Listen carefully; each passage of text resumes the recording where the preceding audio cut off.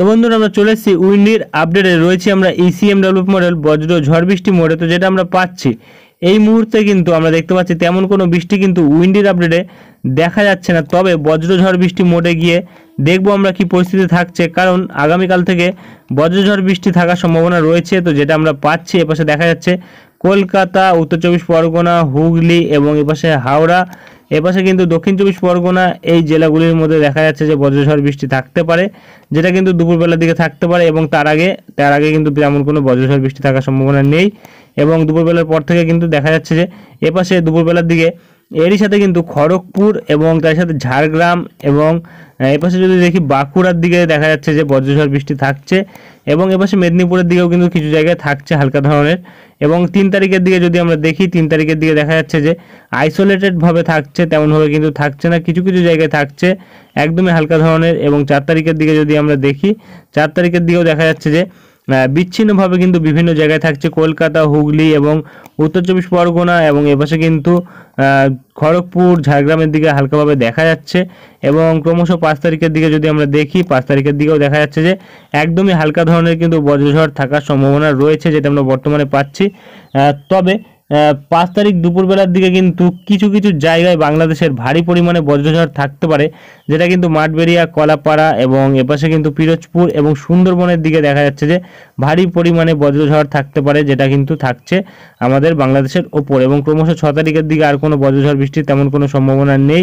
এবং এপাশে কিন্তু 6 তারিখের দিকে সিলেট এবং আসামের শিলচরের দিকে দেখা যাচ্ছে ভারী পরিমাণে বজ্রঝড় থাকতে পারে।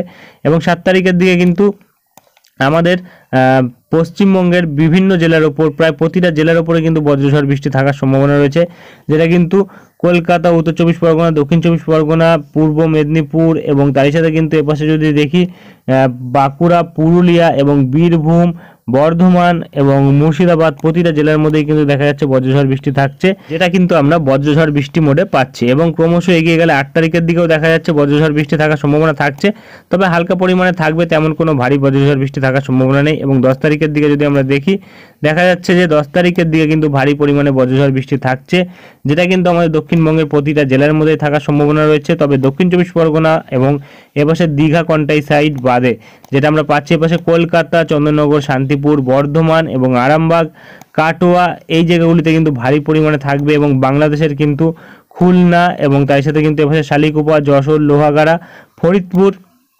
পাবনা, নগরপুর, সিরাজগঞ্জ, কাপসিয়া এবং ঢাকা, তার সাথে কিন্তু ফরিদগঞ্জ, সেনবাগ এইসব জায়গাগুলিতে কিন্তু ভারী পরিমাণে বজ্রঝড় বৃষ্টি থাকবে, যেটা আমরা বর্তমানে পাচ্ছি 10 তারিখের দিকে। এবং বজ্রবৃষ্টি মোডে যদি দেখি তাহলে কিন্তু দেখা যাচ্ছে যে বজ্রবৃষ্টিও কিন্তু থাকার সম্ভাবনা রয়েছে।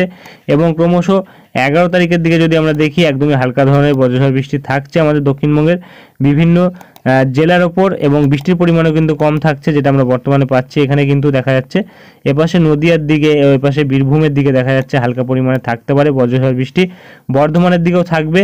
এবং ক্রমশ যদি আমরা এগিয়ে যাই দেখা যাচ্ছে যে এপাশে 12 তারিখের দিকে বাংলাদেশের ঢাকা এবং তার সাথে কিন্তু এপাশে শালিকোপা, ফরিদপুর, নগরপুর, কাপসিয়া, সিরাজগঞ্জ, সরিষাবাড়ি, বগুড়া এবং এপাশে কিন্তু কাটোয়া এবং সিউড়ি এইসব জায়গাগুলিতে, নলহাটি, দুমকা এইসব জায়গাগুলিতে, মালদা অবধি দেখা যাচ্ছে যে বজ্রঝড় বৃষ্টি থাকতে পারে। এবং ক্রমশ আমরা এগিয়ে গেলে দেখতে পাচ্ছি 13 তারিখের দিকেও কিন্তু ভারী পরিমাণে বজ্রঝড় বৃষ্টি থাকছে এবং বৃষ্টির পরিমাণও কিন্তু থাকবে 13 তারিখের দিকে, যেটা আমরা দক্ষিণবঙ্গের ওপর যদি দেখি তাহলে কিন্তু হালকা ধরনের বৃষ্টির সম্ভাবনা থাকছে, যেটা বর্তমানে লক্ষ্য করা যাচ্ছে। এবং ক্রমশ এগিয়ে গেলে 14 তারিখের দিকে দেখা যাচ্ছে যে বৃষ্টি থাকতে পারে, মাঝারি ধরনের বৃষ্টি, যেটা কিন্তু এপাশে কলকাতা, উত্তর চব্বিশ পরগনা, নদিয়া, বীরভূম, মুর্শিদাবাদ এবং তার সাথে কিন্তু এপাশে বর্ধমান এবং হুগলি, হাওড়া এইসব জায়গাগুলিতেও দেখা যাচ্ছে যে থাকছে। এবং 15 তারিখের দিকে যদি আমরা দেখি দেখা যাচ্ছে প্রায় সারা দক্ষিণবঙ্গের ওপরেই কিন্তু বিভিন্ন জায়গায় বিক্ষিপ্তভাবে বজ্রঝড় বৃষ্টি থাকার সম্ভাবনা কিন্তু রয়েছে। অর্থাৎ আমরা 10 তারিখ থেকে টানা 15 তারিখ অর্থাৎ টানা 5 দিন কিন্তু দেখতে পাচ্ছি বৃষ্টি থাকার সম্ভাবনা কিন্তু রয়েছে আমাদের দক্ষিণবঙ্গে। বৃষ্টি না থাকলেও বজ্রঝড় কিন্তু থাকতে পারে, যেটা আমরা বর্তমানে পাচ্ছি। এবং যদি আমরা বৃষ্টির পরিমাণ মাপি দেখব কতটা পরিমাণে বৃষ্টি থাকছে, কারণ 10 তারিখ থেকে বৃষ্টির সম্ভাবনা রয়েছে। তো আমরা দেখব এপাশে 8 তারিখ থেকে আগামী 8 দিন কতটা বৃষ্টি থাকতে পারে।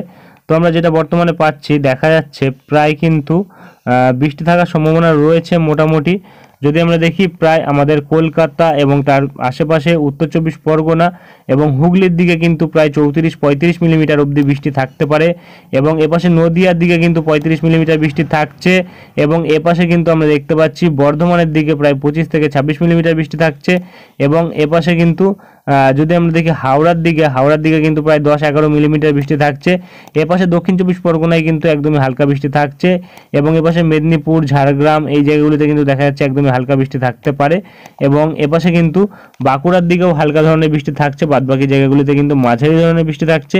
এপাশে বাংলাদেশের ওপর কিন্তু ভারী পরিমাণে বৃষ্টি থাকছে, প্রায় 70 মিলিমিটার অবধি বৃষ্টি কিন্তু থাকতে পারে, যেটা কিন্তু বাংলাদেশের ঢাকার দক্ষিণ পশ্চিম ভাগে থাকতে পারে এবং ঢাকার উত্তর পূর্ব ভাগে কিন্তু সিলেটের সাইডে যেটা আমরা বর্তমানে পাচ্ছি প্রায় 200 মিলিমিটারের ওপর বৃষ্টি থাকতে পারে, অর্থাৎ ভারী বৃষ্টি থাকার সম্ভাবনা কিন্তু সিলেটে থাকছে।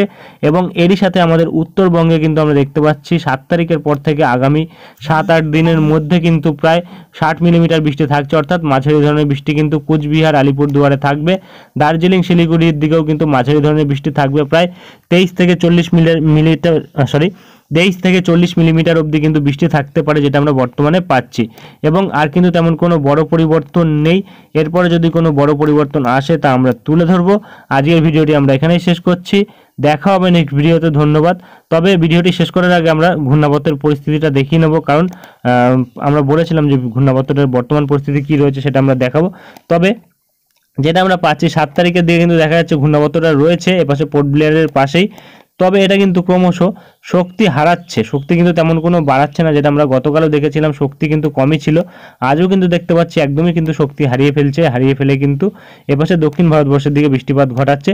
তবে যদি আমরা এটাই জিএফএস মডিউলে দেখি তাহলে কিন্তু দেখতে পাবো যে এটা কিন্তু এপাশে অর্থাৎ মায়ানমারের দিকে অগ্রসর হচ্ছে এবং তারই সাথে কিন্তু এটি ঘূর্ণিঝড়ের মতো হালকা একটা রূপ নিচ্ছে। তো আমরা জিএফএস মডেলে কি দেখাচ্ছে সেটা একবার দেখিয়ে দেবো আপনাদের, তাহলে ব্যাপারটা ক্লিয়ার হয়ে যাবে। কারণ জিএফএস মডেলে কিন্তু অনেক সময় অনেক কিছু আগে ধরা পড়ে, তবে সবটা কিন্তু সঠিক হয় না জিএফএস মডেলের, ম্যাক্সিমামটা কিন্তু ইসিএমডব্লিউ মডেলেরটাই সঠিক হয়, তাই আমরা কিন্তু ইসিএমডব্লিউ মডেলই দেখাই। তো আমরা যেটা বর্তমানে পাচ্ছি এপাশে দেখা যাচ্ছে যে একদমই হালকা ধরনের কিন্তু এই দেখুন এপাশে কিন্তু ঘূর্ণাবর্ত রয়েছে, যেটা আমরা বর্তমানে পাচ্ছি। এই ঘূর্ণাবর্তটাই কিন্তু ক্রমশ এদিকে অগ্রসর হয়েছে, যেটা কিন্তু মায়ানমারের দিকে। এবং তবে যদি এটি ক্রমশ আবারও পরিবর্তন ঘটে, যদি ইসিএমডব্লিউ মডেলের পরিবর্তন ঘটে এরকম দিকেই অগ্রসর হয়, তাহলে কিন্তু আবারও এটি ঘূর্ণিঝড়ের সম্ভাবনা থাকছে। তবে একটা সম্ভাবনাই কিন্তু থেকে যাচ্ছে, কারণ যেটা আমরা বর্তমানে এখনো অবধি পাচ্ছি তেমন কোনো সিচুয়েশন কিন্তু ক্রিয়েট হচ্ছে না, তবে সিচুয়েশন ক্রিয়েট যে কোনো মুহূর্তে হতে পারে, কারণ আবহাওয়া কিন্তু যে কোনো মুহূর্তে পরিবর্তন ঘটাতে পারে। তো আজকের ভিডিওটি আমরা এখানে শেষ করছি, দেখা হবে নেক্সট ভিডিওতে। ধন্যবাদ।